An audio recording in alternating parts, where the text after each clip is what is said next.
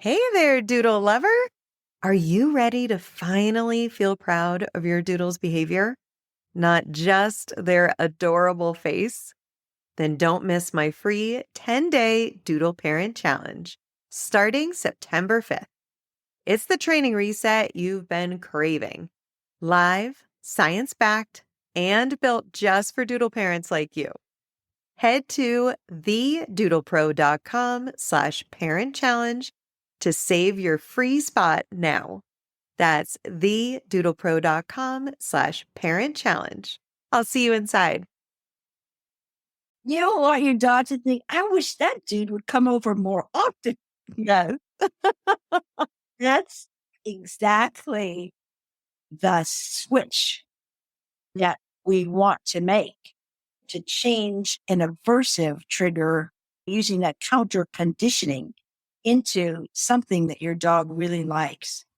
On this part 3, Linda Michaels is going to discuss how to train your Doodle to stop barking and, most importantly, uncover the reasons why they're barking. Doodle breed dogs are easy to love, but can be challenging to parent. I'm Doodle expert Corinne Gearhart, also known as the Doodle Pro, and I'm here to help Doodle parents have a more fulfilling and rewarding experience with their Doodles. No one has professionally worked with as many different Doodle breeds or has more experience with Doodles than I have, and I love to share my expertise in a fun, compassionate, and non-judgmental way. From my years of work and education in the pet care and dog training industry, I have an incredible network of skilled training, grooming, and veterinary professionals to share their knowledge with you and give you the Doodle-specific answers you're looking for. I hope you enjoyed today's episode as I help you parent your Doodle like a pro. Linda Michaels, author, speaker, and leading expert on do no harm, force-free dog training, created the internationally acclaimed hierarchy of dog needs. With an advanced degree in psychology and 5 years of shelter rescue experience, Linda bridges the gap between research, dog trainers, and pet parents. Her new book, The Do No Harm Dog Training and Behavior Handbook, featuring the hierarchy of dog needs, is designed for both new and seasoned trainers, other animal-related professionals, and pet parents too. As an influencer in animal welfare advocacy, she speaks for those who cannot speak for themselves. As she says, the heart beats at our feet. Barking is such a frustrating and annoying problem for pet parents. Yes. That it's important, if I may say first, to understand that this is one of the only ways that your dog has to communicate with you, with the world, is vocally. So we want to pay attention and to figure out what the underlying cause of the barking is. Yes. So let me first dispel a myth, if I could, that people think that if you use food with a barking issue, that you're rewarding the barking. I hear this all the time. If your dog's bark is coming from an emotional place deep inside of them, that is not the same as teaching your dog to speak. Your dog to speak is operant behavior. That's the easy stuff. The emotions, again, we want to decrease the stress. And by throwing down food, for example, when your dog is faced with a perceived or real threat, will help calm and de-stress your dog. Just the act of eating, and it's creating a more positive situation. Yeah, both. Exactly. There are so many different nuances to what's actually occurring here. Like a lot of different kinds of learning are happening. First, you want to figure out, why is my dog barking? Some pet parents are very good at differentiating between different types of barks, and not very easy. Yeah. If you look at the context, in general, really helps. So there are different motivations that may be driving your dog, triggering your dog to bark. So alarm barking to repel real or perceived intruders. That is territorial, protective barking. And that's very normal and commonly occurs. So your dog can be barking because your dog has an unmet need, a request bark, asking for attention. So you want to make sure that your dog's needs are being met in some way. Your dog can bark from boredom, because if you're not providing enrichment for your dog and giving your dog something to do, the barking draws attention to the lack of stimulation.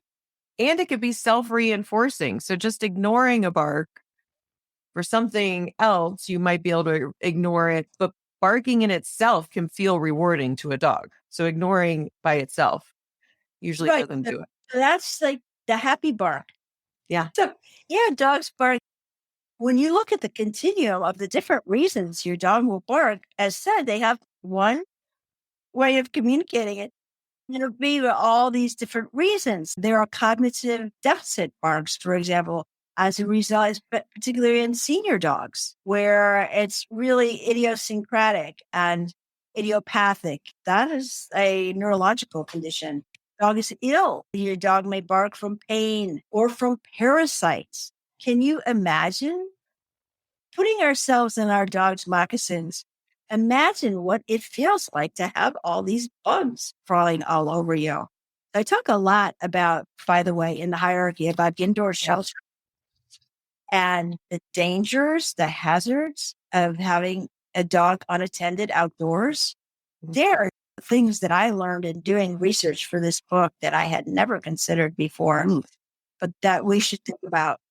Your dog can bark out of loneliness, the separation anxiety. So your dog is like pleading for interaction. And of course, your dog can bark for aggression. And then like the joy barks, the play barks. Yeah. So to decrease barking, you first identifying why they're barking and then address each trigger separately. And by the way, if you live in a multiple dog home, there's usually an instigator. Yes, I can name them. We have different groups of dogs. Yeah, and most pet parents can't identify the instigator. Everyone's wake up. Whoa, what are we looking at? And then I'll chime in. You're going to work with the instigator? And then, like management, the problem will probably be resolved. Get the handle of the instigator there. So, again, decreasing the overall stress in your dog's life. If you work all day, that might involve hiring a force-free dog walker to break up your dog's boredom, the lack of activity with natural activities that your dog enjoys. Removing the trigger by rearranging the environment, so that we call that antecedent rearrangement. Providing enrichment. This is, again, giving your dog something to do. There's so many great food delivery toys out now that are so popular. The snuffle mats, the licking mats. In that book, I talk about sensory gardens. People like create gardens for their dog's enjoyment, and it's fun. And all of this goes back to, when you're looking at these reasons why they're barking, it all goes back to your hierarchy of dog needs. Like going down that pyramid and seeing where are the gaps. What do we need to address? Yes, exactly. This fits together. You know, I created the hierarchy of dog needs first, and then I wrote the book. It all really does fit together like a puzzle. And once you realize that meeting needs can resolve so many problems, Yeah. it's like a no-brainer. Sensory gardens are so cool. And if you're re-landscaping your backyard, you're creating a dog-friendly environment. You can go online and find some beautiful, like, tracks around the fence so your dog can do the zoomies. Yeah. And waterfalls and little bridges and like tree stumps and hay bales. And there's so many cool things that you can do to make it a yard, which is a confined space, but to make it a happy place, and use grazing games to, just like they do in the zoo with enrichment. I had a teacher who was a gorilla trainer at the San Diego Zoo. And one of her main activities was providing enrichment for the gorillas. So she came to me knowing quite a bit about operant and conditioning, which is great. But now she wanted to transfer this to dog training. But she really understood the value of enrichment. Again, if we look at our own lives and what we're willing to do, what we're driven to do to enrich our lives, we need to provide that for our dogs, because your dog cannot go online, right, listen to a podcast. Just think of March 2020 when all of us became as captive as our dogs are every day. They don't have thumbs, they can't leave, and we all needed to stay home. And how so many of these needs were not met. We were trying to take walks with masks and distance from everyone just to get a little exercise, but we didn't get any of our social needs met. And we still had Netflix to watch Tiger King and like internet to socialize and Zoom. And just how hard that was for us. Exactly. And this is really when we can empathize with our dog's condition. Like we have domesticated them. We have taken them into our homes.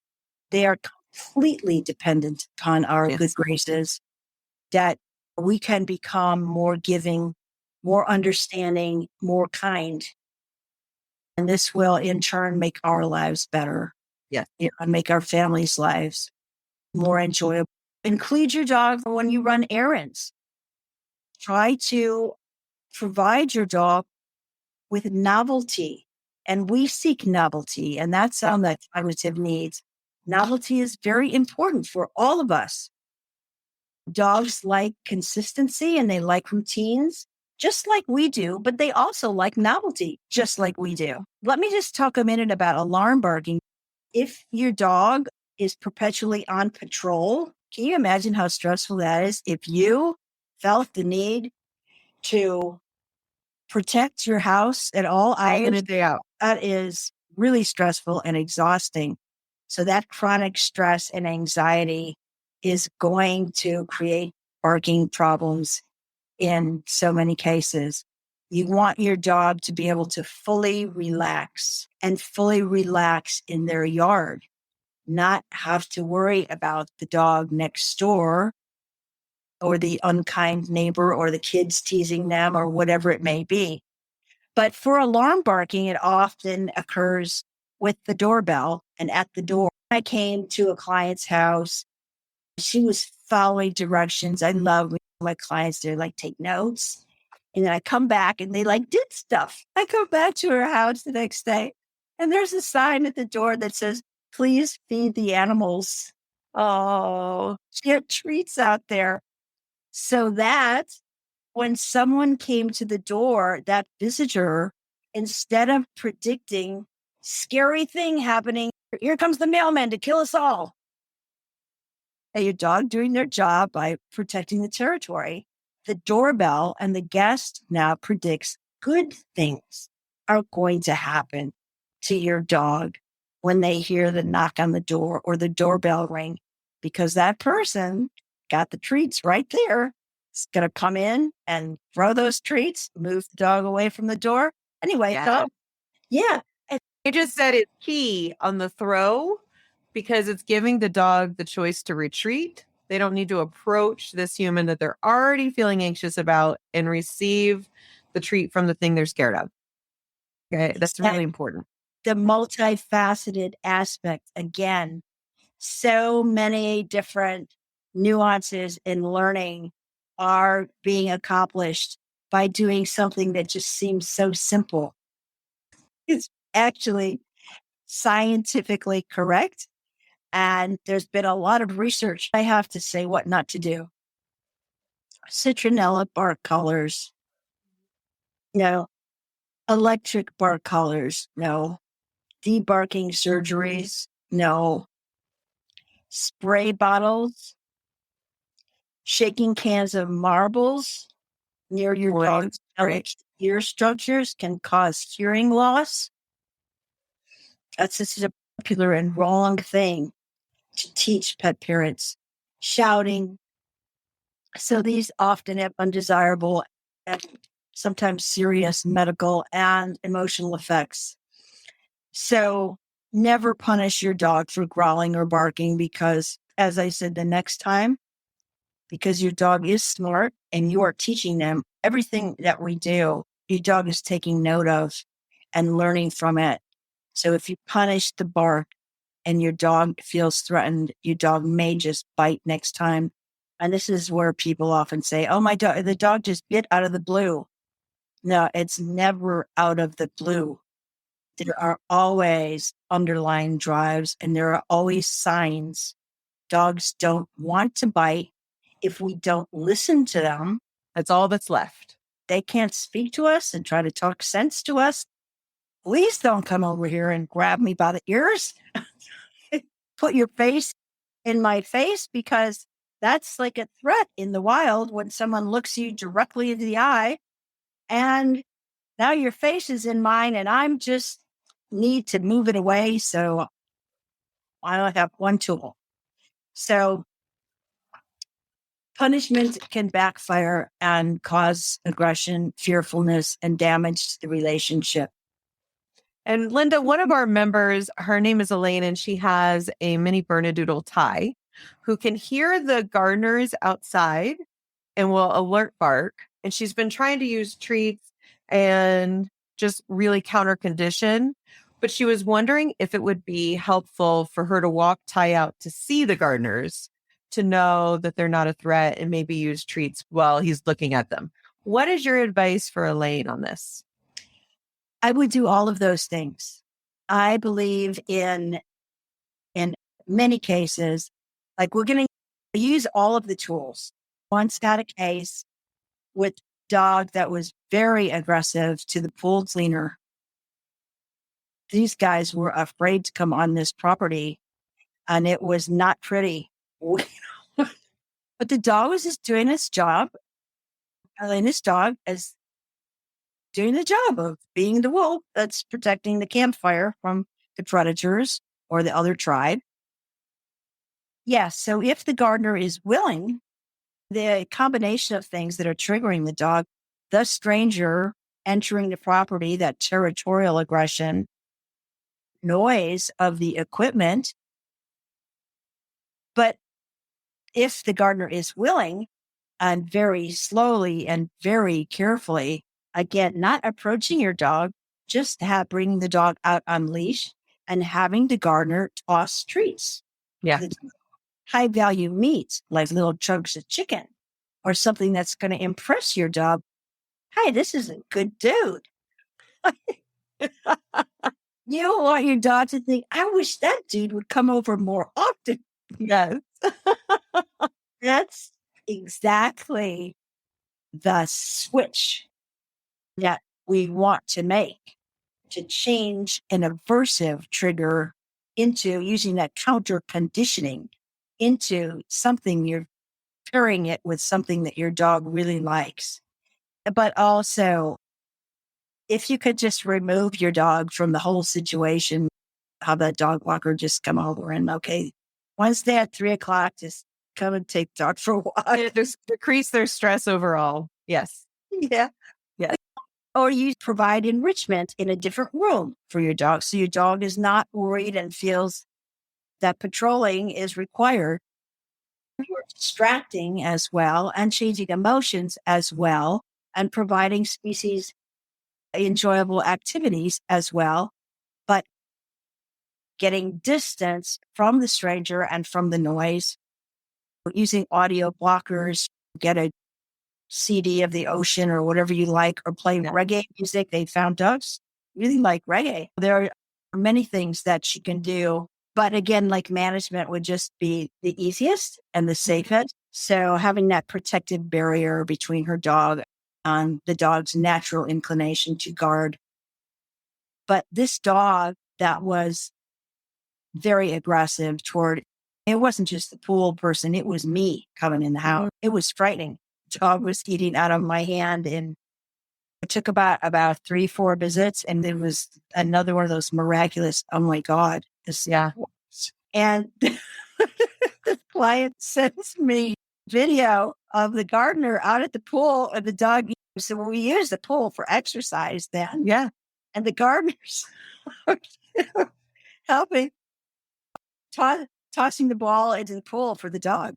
Oh, Thank you for sending me that. I It love it. made What a my victory. yeah, yeah. It truly is. It truly is. Dogs are very smart, and so if we can just learn how to train smart, our worlds will get so much happier. Wonderful. Thank you, Linda, so much. I highly recommend this book by Linda Michaels. It is a fantastic read. I read it from cover to cover, but it is so rich that you don't need to. I recommend starting with the first chapter that outlines the basis and the reasons behind the approach in the book, and then use it as the handbook as it is and pull out the pieces as you need them when addressing different areas of training with either your clients or your personal dog. You may find the Do No Harm Dog Training and Behavior Handbook on Amazon, Barnes & Noble's online, and for booksellers through Ingram Spark. Thanks for joining me on this episode of the Doodle Pro Podcast. If you enjoyed the show, don't forget to rate and review us wherever you get your podcasts. And I invite you to follow me on Instagram at @TheDoodlePro for behind-the-scenes peeks at all of the adorable doodles I work with daily.